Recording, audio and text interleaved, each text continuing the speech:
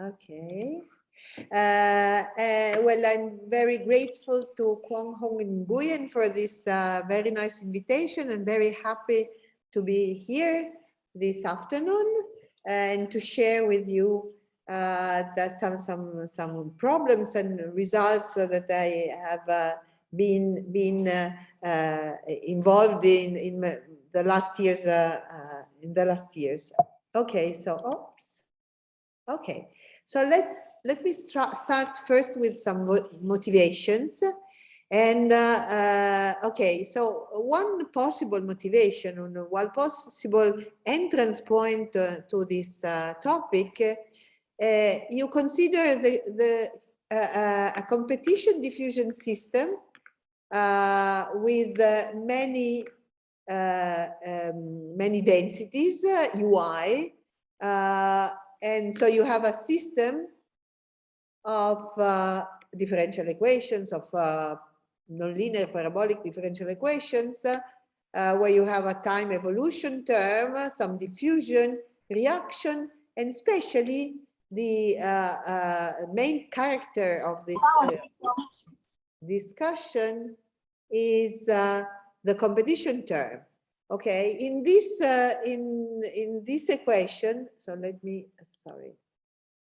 go to the, okay, in this system, so we think that the interaction between the populations, between the densities, is a quadratic interaction of this type.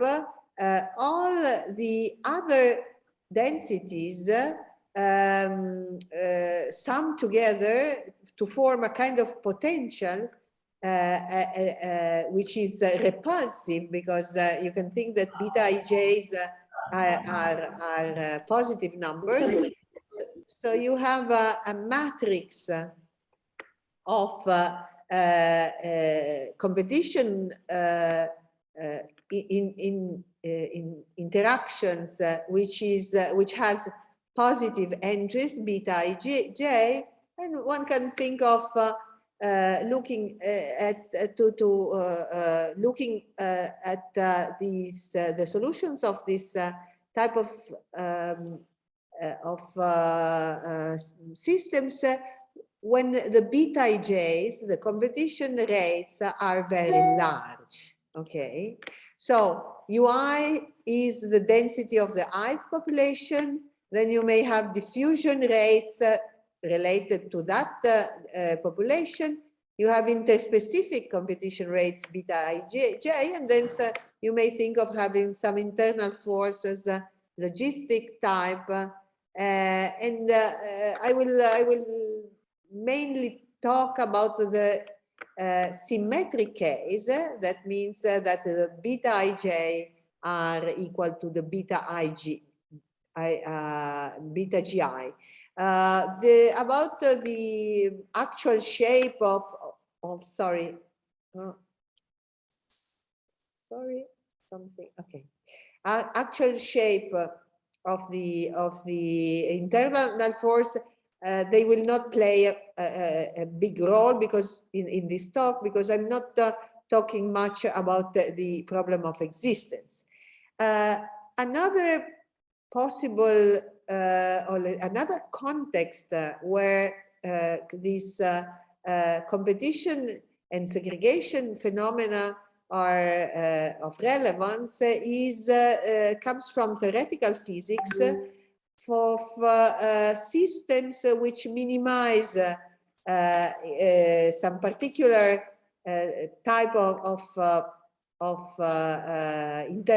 energies, which have an internal energy part. So, for example, you can think that phi I are wave functions for some type of Bose-Einstein condensates, and that the multiplicity of the possible spin states gives rise to this interaction energy type with respect that accounts for the interaction between the different species of gas. And this picture comes from the paper I quoted before, the Chang, Lin, about the diffusion case, the case when Fi are positive functions. But then one can also think to the defocusing case.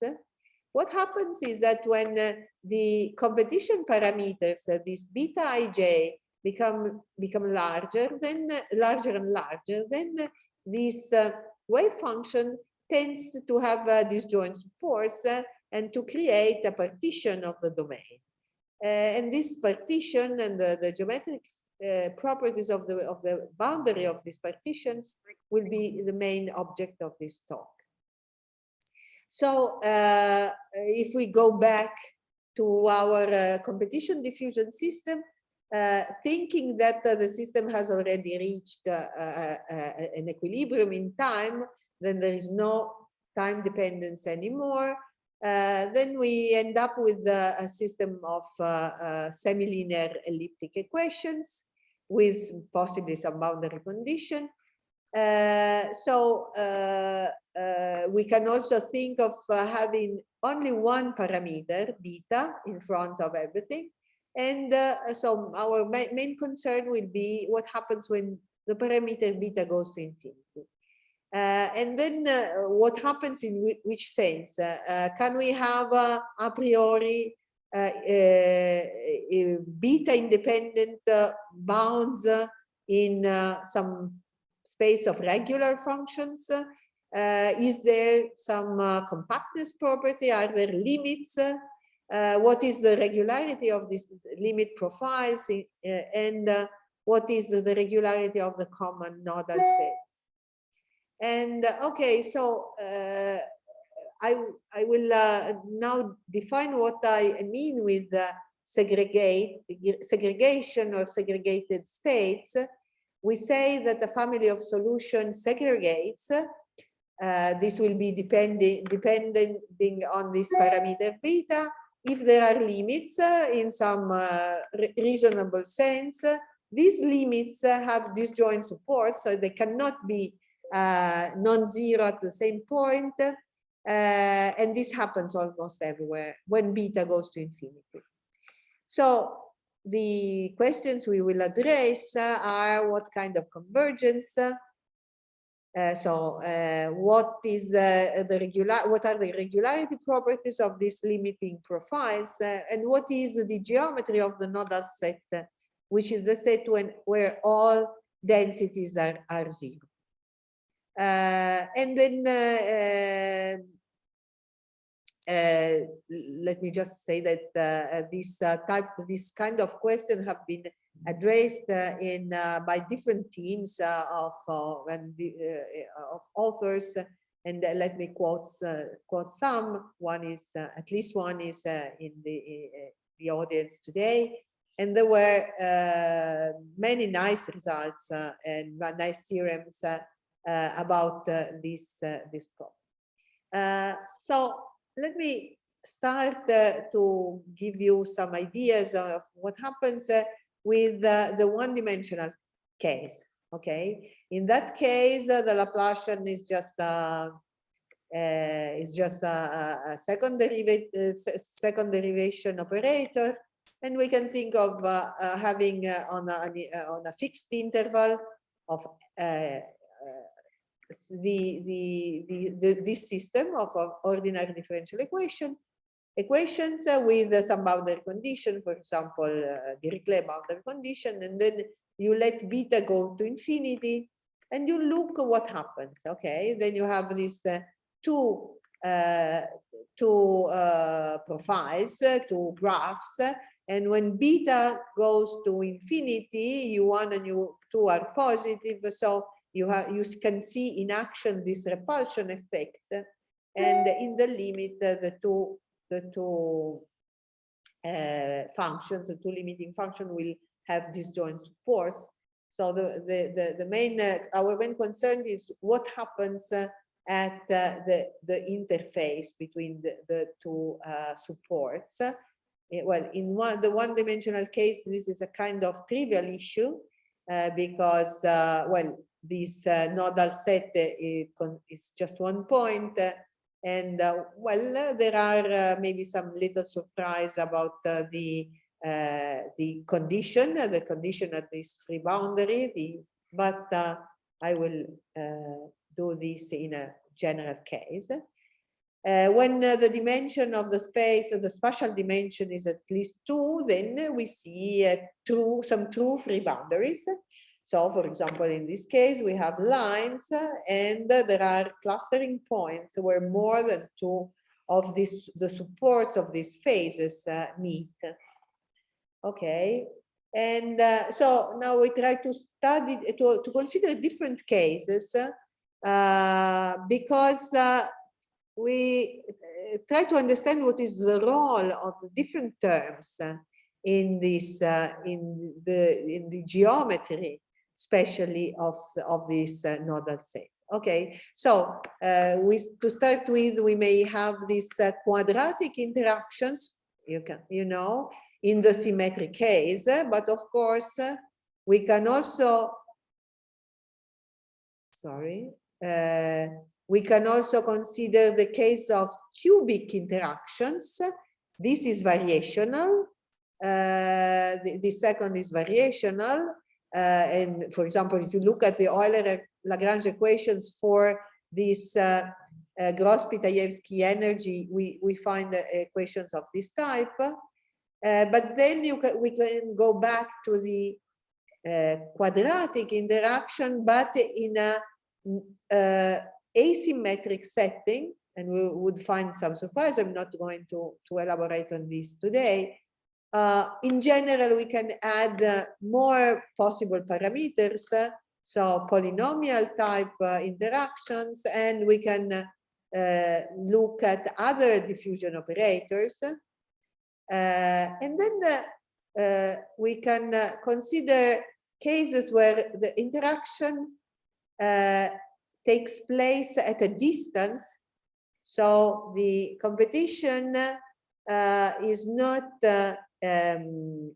does not hold pointwise, but there is some distance between the supports of the different densities that may have or not a variational structure, depending on the symmetry of this matrix of coefficients and the values of the exponents. And then we have also some interesting case when the diffusion operators changes with the densities. Okay, and also these may have or not a variational structures. So our basic questions are whether the particular expression of the interaction in one of this class matter. That matter in the limit, of course. So when we look at look at the asymptotics and at the limiting profile, what is in which sense the limiting profiles are reminiscent of the particular expression of the interaction, and related to this, whether in the limit, in the segregation limit, are there variational principles or not? What is the role of the diffusions, of the diffusion rules, and what is the role of distance? Okay, so let me remind some results about pointwise interactions in the variational case that may be worth recalling. Okay, when there are cases when there is a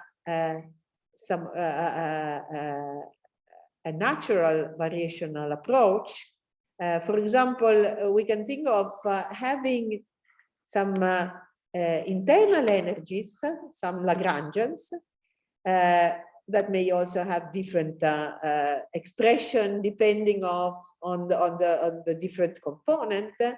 And then we just wish to minimize the sum of all this density of all these energies under the constraint that the states, the phases are segregated. So ui times uj is equal to 0 almost everywhere. Then we can just minimize this functional, which is called j infinity for a reason that will be clear in a moment. So maybe we have boundary conditions, and so we look what happens.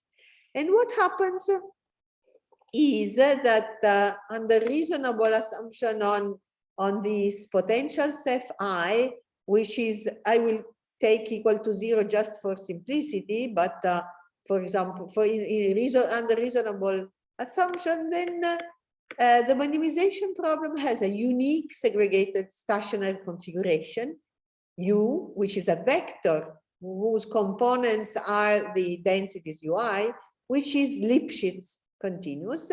And if we look at the nodal set, that is the set where all components vanish, then this set has a regular part, which is relatively open in the full nodal set, and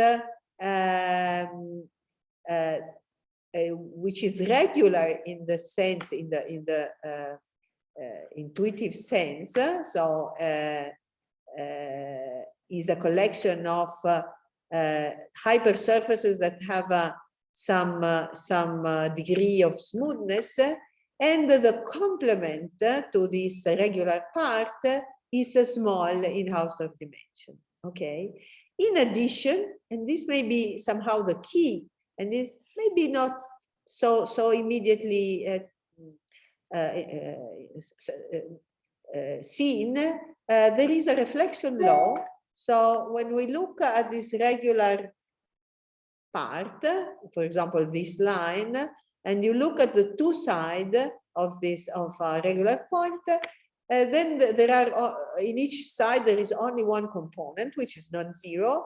And if you look at the gradient of it, this obeys a reflection law through the boundary.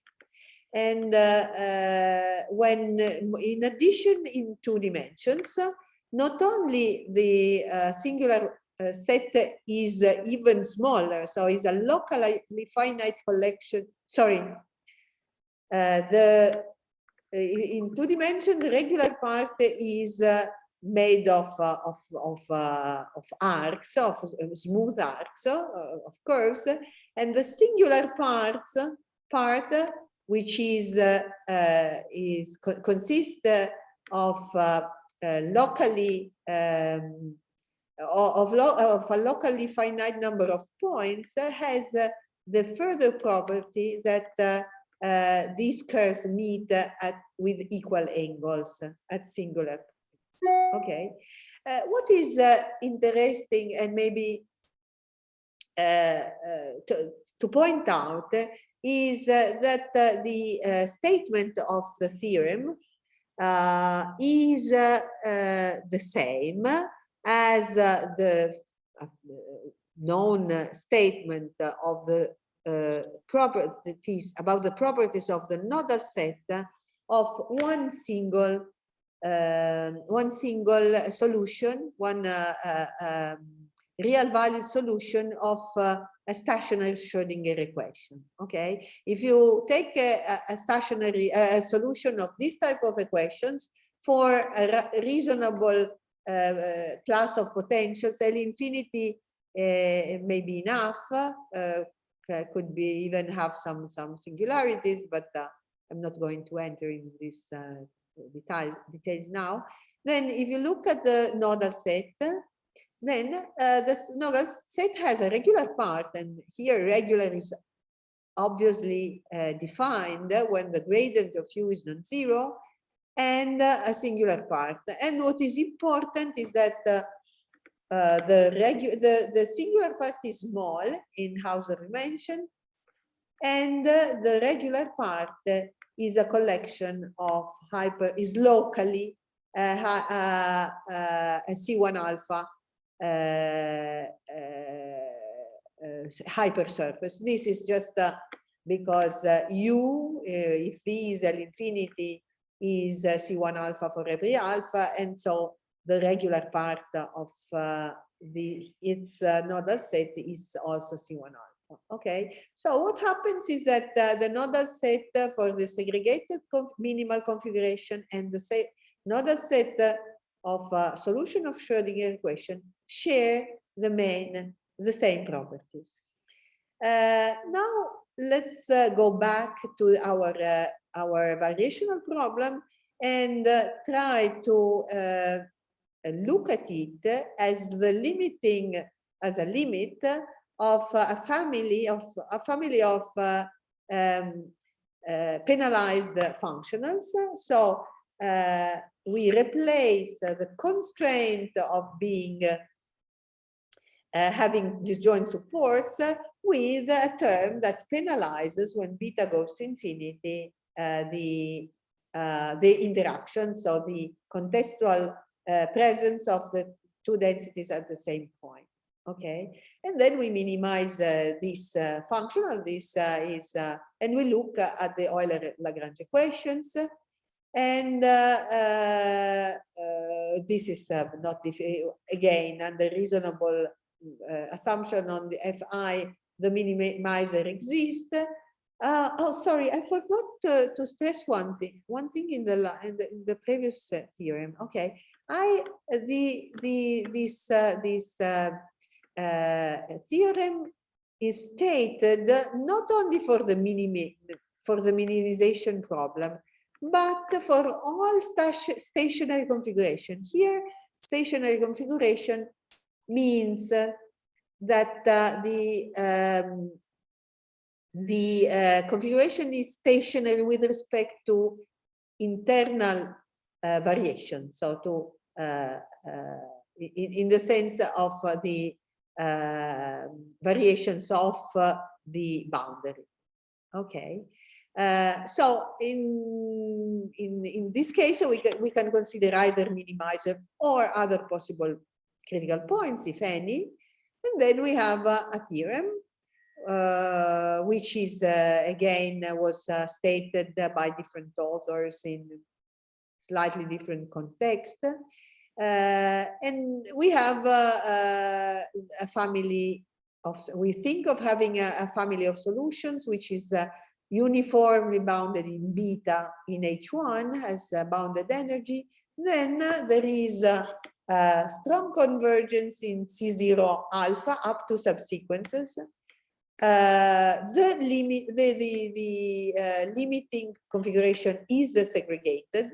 Components have disjoint supports, and moreover, the penalization terms tend to 0. And also, if we look at this limiting profile, and we look at the nodal set, then they have the very same, they share the very same properties with the minimizers of the energy within the set of segregated states. Okay, and what is important, because I didn't stress, but in the first theorem there was a uniqueness part. So in the end, in the end of at the end of this segregation process, when beta or singular limit process, we find always the same configuration. So the configuration found at the end are minimizing the energy. Okay. Now let's look at the problem where the interaction is not variational anymore, but is the one in that I considered for the competition diffusion reaction diffusion system. So it is quadratic. We have beta going to infinity. Here before I omitted the reaction part because they don't play any role, and in this case the matrix of competition coefficients is equal to 1, which is in fact has only one entries which are 1 on, but this is actually holds for in the symmetric case. It's more general in the symmetric case. Okay, now if you just look at this statement, this is exactly the very same statement as before.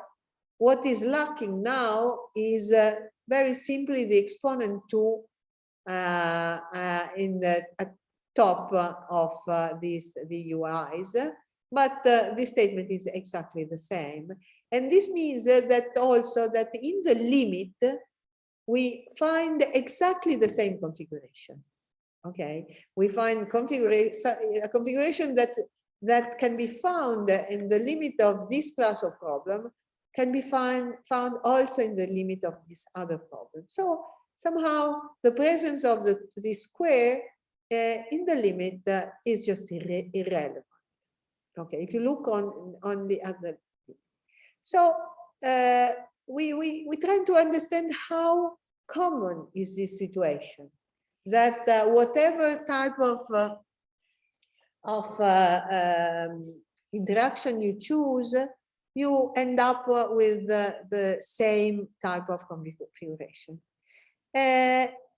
One of the case of the interested, in the case I've been interested in, because also because it's rather difficult, is the case when we put some, we impose some distances, but distance between the supports.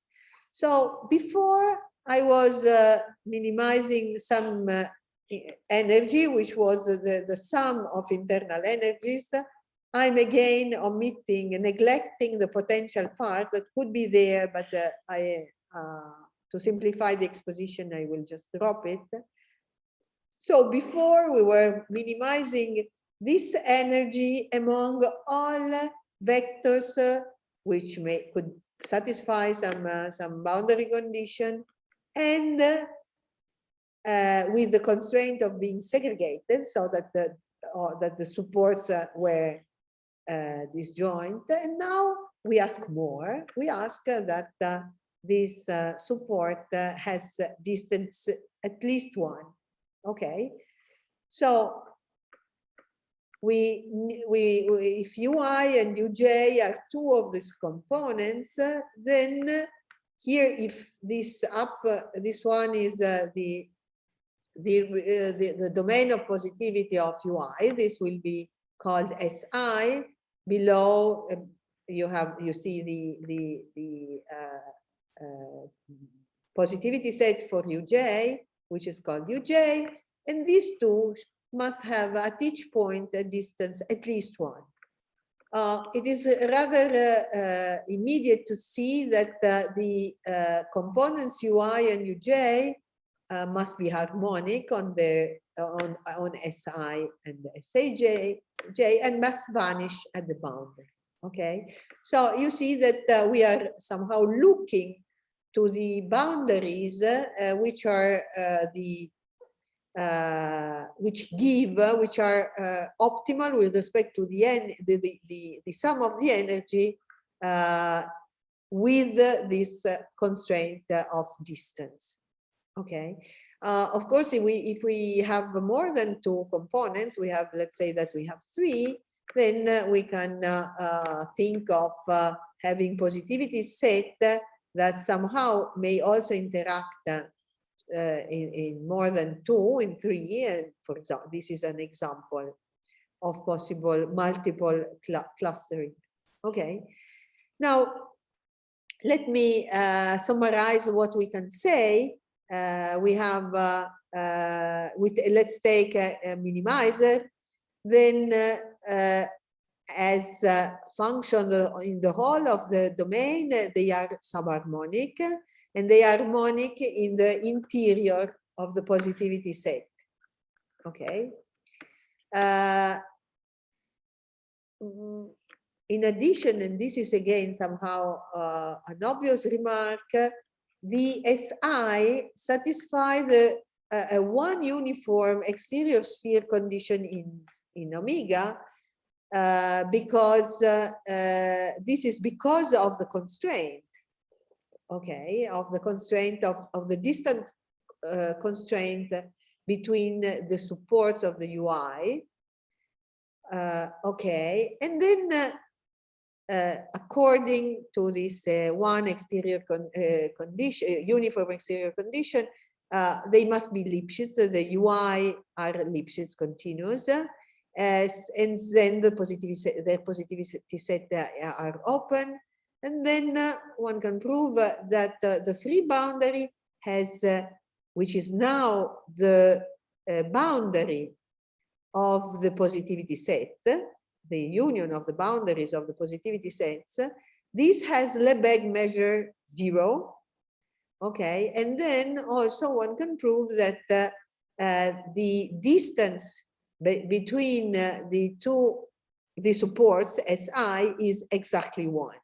Okay, no, cannot be larger than 1. Okay, this means that if when we have 3 components, then this distance is always 1, and you cannot have this type of multiple clustering, which with a kind of enlarged camera, enlarged room between these supports. So you see that you always have a no one zone here, a zone where all are 0, and we focus on the regularity properties of the boundaries of this. Okay, now we try to understand what happens and what are the extremality conditions at regular points, and especially at points where there are, let's say, connected by some adjacency relation between the positivity set. Okay. Now we think, we assume for a moment that this free boundary is smooth, is a smooth hypersurface. Okay, let's take a region, can be, and then if we look at the one uniform exterior sphere condition, we know that the principal curvatures at this point must be all smaller or equal to 1. Okay, and let's assume something more. So we make the more stringent assumption that not only this curvature is smaller or equal to 1, but is bounded away from 1 and can never reach 1. Okay, and in this case, we can put in a one-to-one correspondence the points of the two facing hypersurfaces of the 2 components which are alive. Okay, so at each point in the boundary of SI, there correspond a unique point on the boundary of the support of UJ, what I called SJ. Okay, so here we have a picture. So here we have the positivity set. The orange curve is the boundary of the positivity set of one component, and the blue is the one of the other component. Here you find that you take the curvature radius of the orange part and of the blue part, and the curvature radii have a relation, and this is obviously this relation, which yields a relation about for the principal curvatures. Remember that of course the normals points in different senses. So we have a relation between the principal curvatures of the 2 corresponding points. Note that in case one of the curvature tends to 0, the corresponding ratio of the principal curvature is okay. Here should be the same I than here. Sorry, this is a misprint. So in this case, you have that the principal curvatures, the ratio of the principal curvatures, which are both going to 0, goes to 1. Okay, and then be careful, because we made a number, let's say two assumptions which are somehow related about the geometry of this nodal set. So we don't allow the curvature to be 1. So this is a forbidden picture where when the curvature is allowed to be exactly 1. And in fact, we have a singularity. So we don't have a one-to-one correspondence between the points of the two sides of this no one zone. So this lack of regularity corresponds to a lack of this map of this correspondence between the points. Okay, so we are in a case where when one of the two surfaces is a graph over the other, and the curvature can never reach the value of 0. Okay, so what is our result in this case? Let's take a minimizer of our problem, and let's look at the extremality condition at the point, at two corresponding points of these two sides of the free boundary. Well, okay, here we find that the square of the normal derivatives is the ratio of the square of the two normal derivatives is exactly the geometric average of the ratio of the curvature, with the convention that if one of the curvature is 0, then one takes 1 here. Okay.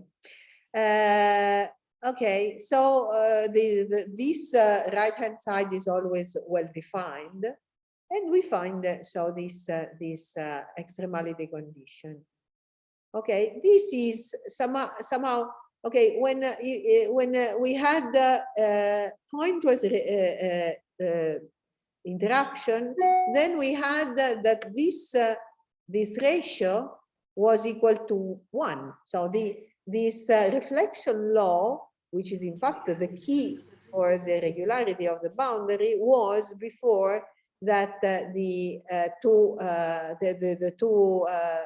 derivatives were equal and opposite. In this case, they are related. The ratio is related by these curvatures, by the geometric average of the curvature. Okay, let me connect these results with one by Caffarelli, Patrizia, and Kitalo, which were considering a similar long-range segregation model with quadratic interaction. So the one which is not variational, but they were finding solution as with a singular limit procedure, and in that case they were finding an extremality condition for the singular limit, which was very similar to ours, but for the exponent on the right-hand side, left-hand side. Okay, so what happens is that contrary to the pointwise interactions, the long-range interaction carry in the singular limit the memory of the type of interactions that were subject before for positive beta. So I think this, at least for me, was a kind of surprise. And so quadratic or cubic interaction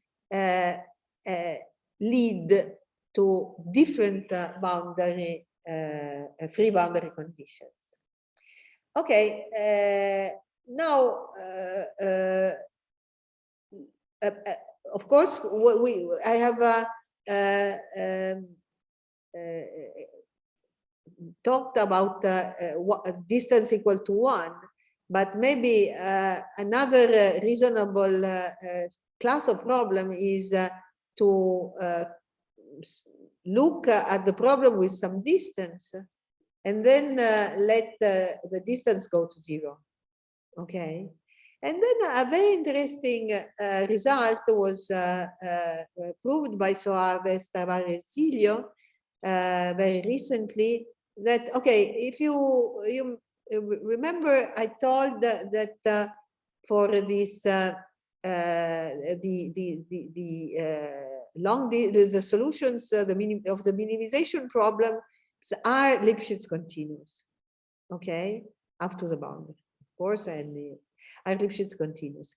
But in general, if you let the distance between the positivity sets go to 0, there is no reason of some uniformity. Well, indeed, there are uniform Lipschitz estimates with respect to the depth of the no-one zone. And there is convergence also in spaces of Hölder continuous spaces, of course. When you have a uniform Lipschitz estimate, then this is a byproduct. There are many, many open problems for this type of problems, and especially we don't have a structure theorem for the nodal set, so we cannot estimate, we cannot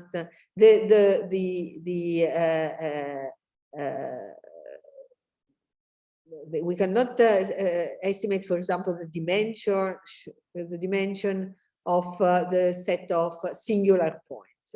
Okay, so at this moment we are somehow facing big problems, because the main tools for proving the main estimate in the pointwise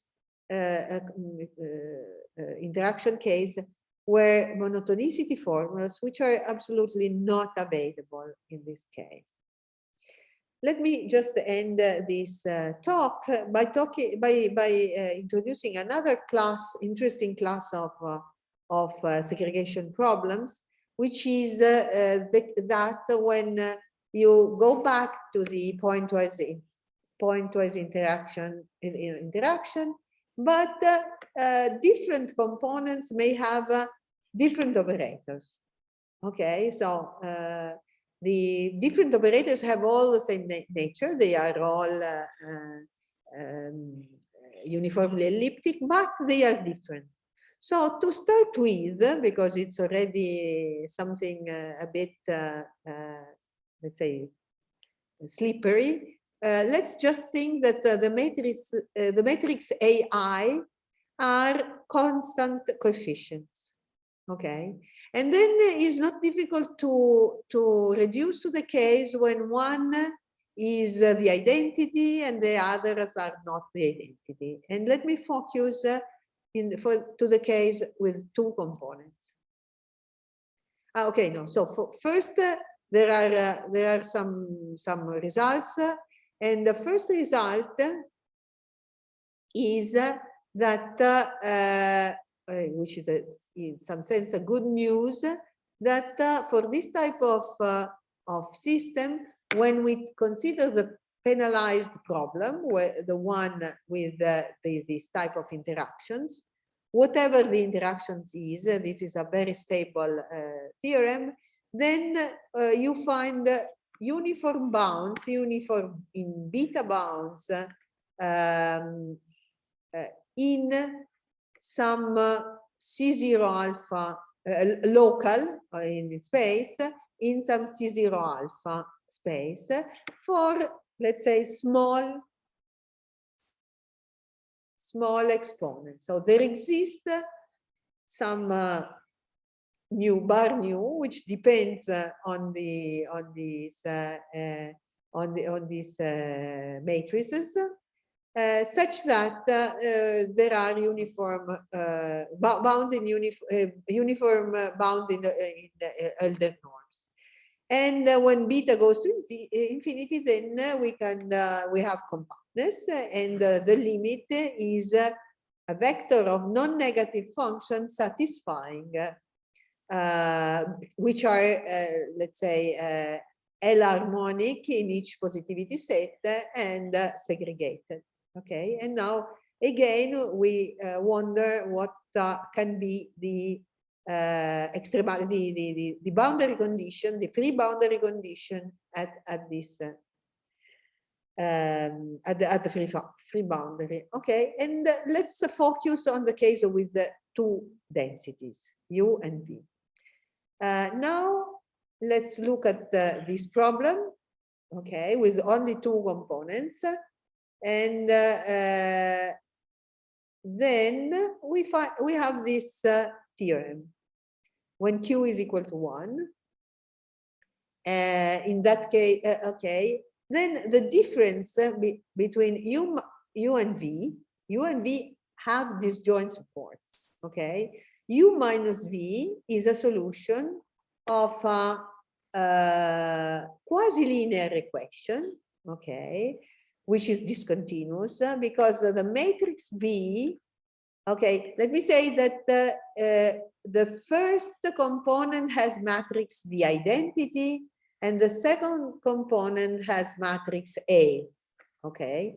Then the matrix B is equal to identity when U1 is positive, and to A when V is positive, okay? So in the domain of positivity of A, B is the identity, and in the domain of positivity of B, B is the matrix A, okay? And then W, of course, is Elder continuous for small exponents, and not only, but the Laplacian of the negativity, the negative part is positive and has a locally finite measure, and is a locally finite measure with support in on the nodal set, and sigma finite n-1 dimensional house of measure, okay? And not only, but with respect to this measure, the measure of the Laplacian, the nodal set is a C1 alpha graph, okay? And so in fact, again, we may have a set of singular points, in the sense that in their neighborhood, the free boundary is not a C1 alpha graph, but this singular set is small with respect to a measure that we don't know, which is a sigma finite n-1 dimensional house of measure. So we don't know much of this measure, something we do know. And this theorem is results from joining our convergence theorem and the results by Anderson and Mikaelian. Okay, so we have some partial result in the case Q equal 1. When Q is equal to 1, this is not a variational problem. Okay, when Q is equal to 1, we find this the quadratic interaction. Okay, and in this case, if we go and we consider a regular point, and when you take a regular point, one sees, and this is not difficult, it's just an integration by parts argument that the condition of the free boundary is that the boundary derivatives are proportional, and the factor of proportionality is the scalar product of the normal with respect to the matrix A. Okay, and okay, again, let's go to the case with two components and the exponent q equal to 2. Okay, in that case, we don't have, unfortunately, at this moment, any regularity result for the free boundary. And but assuming that the free boundary is regular, was regular in subregion, and using a domain variation formula, one can see that the extremality condition again is very similar to the one before, but involves the square of the normal derivatives. Okay, so again we find that when we change when we introduce an element of anisotropy of the space, because the matrix, the diffusion of one of the components has a different isotropy rule with respect to the first, then we see that the boundary condition in the limit is reminiscent of the type of interaction that we have chosen, and this is typical of this problem. Let me just maybe my time is over. Okay, to the main ingredient of this of our theorem of our bounds in Hölder space is a variant of the Alt-Caffarelli-Friedman monotonicity formulas, which is adjusted in this anisotropic case, where we in fact so we have to cope with this fact and find another formula which is nice but has the disadvantage of not being exact when the free boundary is an hyperplane. Okay, sorry, my time is over. Thank you very much for your attention.